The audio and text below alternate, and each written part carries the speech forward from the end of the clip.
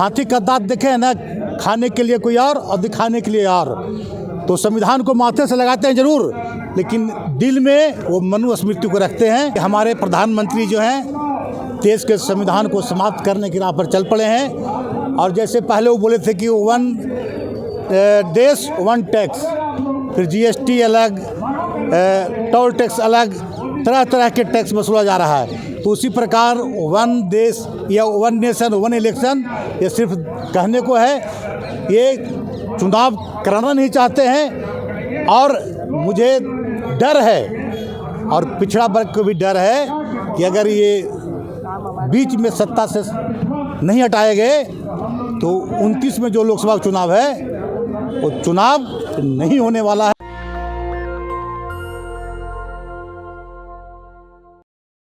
बिहार में सर्वप्रथम जाति जनगणना करा दी जाती है और वहाँ पे अधिकार को भी सुनिश्चित किया जाता है, लेकिन हाई कोर्ट वहाँ पे रोक लगा देती है। सर, देश भर में आप लोग जाति जनगणना की मांग कर रहे हैं, इसके पीछे की वजह क्या है? देखिए, सबसे पहले मैं बिहार से आप जो बात किए कि जाति जनगणना कराई गई और हाई कोर्ट रोक लगाई, तो वर्तमान दौर में जितने भी संवैधानिक संस्थान हैं, या तो न्यायालय हो, सीबीआई हो, ईडी हो, आईटी हो, सारे पे नियंत्रण जो मनुवादी के पोषक और कहिए थे उनके ऑर्डरली जो अपने आप को ओबीसी के नेता कह करके सत्ता में आए थे, आदरणीय नरेंद्र दास मोदी जी, वो उन्हीं के नियंत्रण में है। और जब तक ये रहेंगे, मेरा मानना है कि अगर 5 साल अगर ये और रह गए तो जितने भी देश के नागरिक जो हैं, जो अभी अपने आप को आज़ाद कह रहे हैं, वो आज़ाद देश के गुलाम नागरिक हो जाएंगे और संविधान समाप्त हो जाएगा और मनुवाद जो मनुस्मृति है वो लागू हो जाएगा। मोदी जी कहते हैं सबका साथ सबका विकास, और वो संविधान को माथे से लगाते हैं और कहते हैं कि संविधान अगर बनाने वाला भी आ जाएंगे तो संविधान नहीं खत्म होगा। मोदी जी कहते हैं सबका साथ सबका विकास, लेकिन उनके कथनी और करनी में बहुत अंतर है। वो कहते कुछ है और करते हैं कुछ। हाथी का दांत देखे ना, खाने के लिए कोई और दिखाने के लिए और। तो संविधान को माथे से लगाते हैं जरूर, लेकिन दिल में वो मनुस्मृति को रखते हैं। और मनुस्मृति के जो संरक्षक हैं, गोलवलकर को जो मानने वाले लोग हैं, उसी के इशारे पर काम कर रहे हैं अभी। लेकिन देखा जाए सर, आप लोग गोलवलकर की बात करते हैं, आरएसएस की बात करते हैं, लेकिन देश संविधान से चलता है और संविधान में सभी लोगों के अधिकार वर्णित है। लेकिन क्या वजह है कि अभी भी वो धरातल पे इम्प्लीमेंट नहीं हो पा रहा है? इसकी मुख्य वजह क्या है? बहुत अच्छी बात आपने कही कि देश संविधान से चल रहा है। तो अपने संविधान में लिखा हुआ है समता मूलक समाज का निर्माण।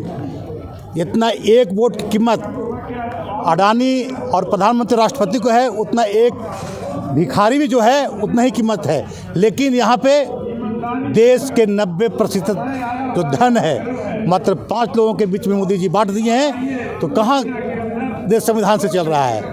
ये बड़ा सवाल है कि देश में जो धन धरती ज़मीन तो पैसे रुपए हैं वो चंद लोगों के पास है। लेकिन सवाल है, जिस तरह से देखा जाए बीते दिन सवाल उठते हैं कि एक साथ 2 राज्यों का चुनाव नहीं हो पाता है, लेकिन अब वो सिस्टम आ रहा है कि वन नेशन और वन इलेक्शन की बात हो जा रही है और कैबिनेट में पास हो गया। इसको लेकर आप लोग कैसे देखते हैं? मैं पहले ही कहा कि हमारे प्रधानमंत्री जो हैं देश के संविधान को समाप्त करने की राह पर चल पड़े हैं। और जैसे पहले वो बोले थे कि वन देश वन टैक्स, फिर जीएसटी अलग, टोल टैक्स अलग, तरह तरह के टैक्स वसूला जा रहा है। तो उसी प्रकार वन देश या वन नेशन वन इलेक्शन ये सिर्फ कहने को है, ये चुनाव कराना नहीं चाहते हैं। और मुझे डर है और पिछड़ा वर्ग को भी डर है कि अगर ये बीच में सत्ता से नहीं हटाए गए तो 29 में जो लोकसभा चुनाव है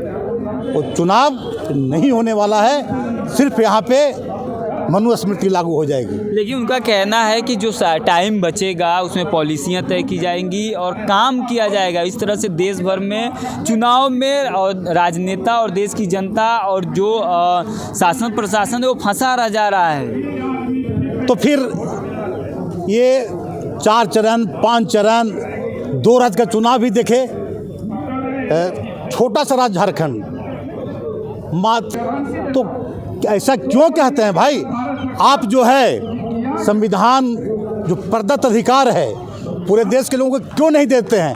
आपने ओबीसी के नाम पर वोट मांगा था, ओबीसी के बेटा कह करके 2014 में वोट मांगा और ओबीसी के लोग झोला भर भर करके आपको वोट दिया, लेकिन आपने उसके साथ गद्दारी किया।